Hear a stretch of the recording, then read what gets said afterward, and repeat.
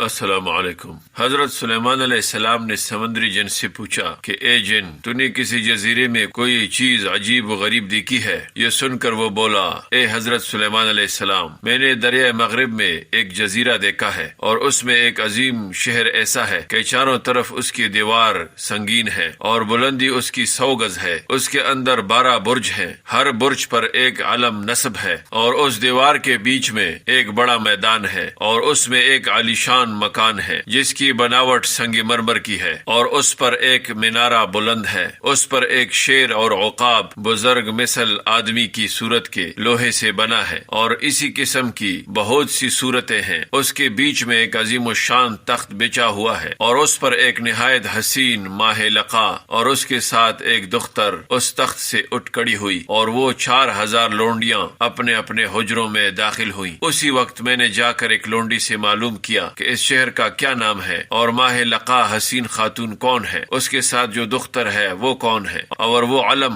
جو برج پر رکھا ہوا ہے یہ کیوں رکھا ہے، شیر اور عقاب جو مینار پر بنا رکھے ہیں وہ کون ہے۔ یہ باتیں سن کر وہ لونڈی مجھ سے بولی کہ تم کس ملک کے باشندے ہو اور کہاں سے آئے ہو؟ میں نے اس کے جواب میں کہا کہ میں دوسرے ملک سے آیا ہوں۔ یہ سن کر وہ کہنے لگی کہ میں پہلے سے ہی جانتی تھی کہ سوا اس ملک کے اور کوئی دوسرا ملک نہیں ہو سکتا ہے۔ پھر وہ کہنے لگی کہ اس شہر کا نام سیدون ہے، اور جو حسین و جمیل ماہ لقا آپ نے دیکھی ہے وہ ہمارے بادشاہ کی بیوی ہے، اور اس کے ساتھ جو دختر ہے وہ شہزادی ہے، اور یہ صورتیں طلسم کی اس واسطے بنائی گئی ہے کہ جب کوئی دشمن اور غنیب کو دیکھیں گی تو یہ آوازیں دے گی، پھر اسی وقت ہمارے بادشاہ کو بھی معلوم ہو جائے گا کہ ہمارے ملک پر کوئی دشمن یا غنیم آیا ہے، تو اسی وقت مکمل تیاری کر کے اس کو مار ڈالیں گے۔ اور وہ جو عقاب ہے یہ تو ہمارا داعی ہے، جب ہماری عبادت کرنے کا وقت ہوتا ہے تو وہ بانگ دیتا ہے، تب ہم سب جا کر بادشاہ کی پوجا کرتے ہیں، اور ہماری عبادت کا یہی طریقہ چلا آتا ہے۔ شہر سدون کی حقیقت و ماجرا سن کر حضرت سلیمان علیہ السلام نے اپنے لشکروں کو فرمایا کہ تم لوگ شہر سدون میں جہاد کے لیے چلو، اور میں بھی تمہارے ہمراہ چلوں گا۔ یہ سنتی ہی تمام جن حضرت سلیمان علیہ السلام کے تخت پر آ موجود ہوئے، اور حضرت سلیمان علیہ السلام نے ہوا کو حکم دیا کہ جلدی سے میرا تخت شہر سدون میں پہنچا دو۔ چنانچہ ہوا نے تخت حضرت سلیمان علیہ السلام کا شہر سیدون پہنچا دیا۔ جب تخت حضرت سلیمان علیہ السلام کا دیکھ کر اس مینارے اور برجوں پر سے پکار کر آوازیں دینے لگی، پھر اہل سیدون کو معلوم ہوا کہ ہم پر کوئی غنیم آیا ہے۔ تب تمام اہل شہر و سپاہ اور تمام لشکر مع ہتھیاروں کے آراستہ کر کے جنگ کے واسطے اپنے شہر سیدون سے نکلے، تو وہ اچانک کیا دیکھتے ہیں کہ ایک جماعت فوج کی